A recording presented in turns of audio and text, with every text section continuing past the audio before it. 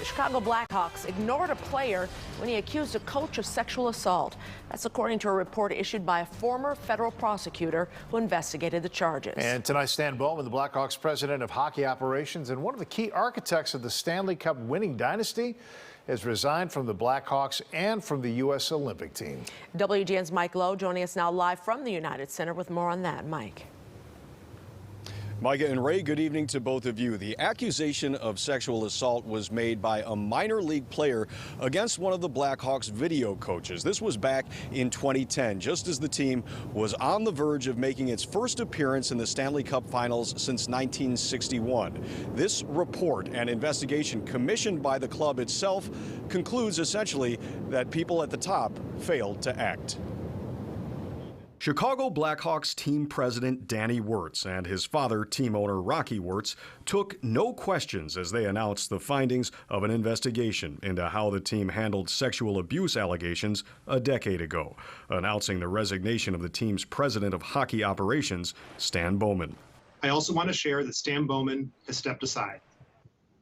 Rocky and I appreciate Stan's dedication to the Blackhawks and his many years of work for the team. However, we and he ultimately accept that in his first year as general manager, he made a mistake alongside our other senior executives at the time and did not take adequate action in 2010. Bowman has also resigned as the GM of the U.S. men's Olympic team for the upcoming 2022 Winter Games.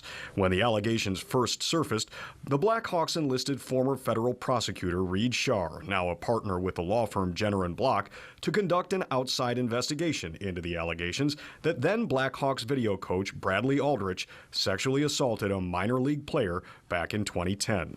The 68-page report details how lawyers conducting an independent investigation interviewed 139 witnesses about what the team called disturbing allegations. To be clear, neither myself nor Danny knew anything about these allegations until we received word that a lawsuit was being filed.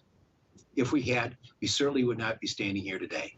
In May of 2021, the alleged victim, referred to as John Doe, filed a lawsuit in state court against the Blackhawks. John Doe has further alleged that the Blackhawks were made aware of the alleged sexual assault by Aldrich soon after it occurred and failed to act to address the assault.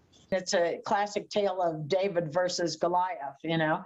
The little guy who was totally shut down by the team when I first called them. Now, you know, he persevered through all of it. John Doe's attorney says the report sheds light on an organizational culture that prizes winning over all else. There definitely was a failure to follow their own policy and investigate sexual abuse in order to get through the Stanley Cup playoffs and potentially win the Stanley Cup. In graphic detail, the report shows how Aldrich told John Doe, quote, he had the power to get John Doe onto the Blackhawks roster, turned on pornography, and forcibly performed oral sex on John Doe.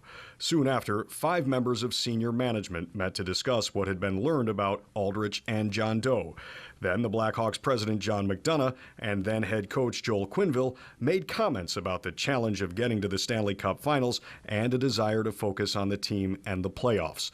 The report states, our investigation uncovered no evidence, however, that McDonough or anyone else either contacted Human Resources or initiated an investigation between May 23rd and June 14th. And the report concludes that McDonough said it was decided that the group would not alert Human Resources or do anything about the incident during the playoffs so as not to disturb team chemistry. The team went on to win the first of 3 Stanley Cup titles that year, and Aldrich was given a championship ring.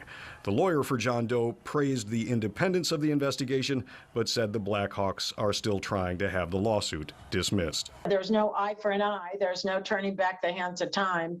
I mean, hopefully a lot of changes have been made, and that's one of the things that can give John Doe peace as he goes forward, that he did make a difference.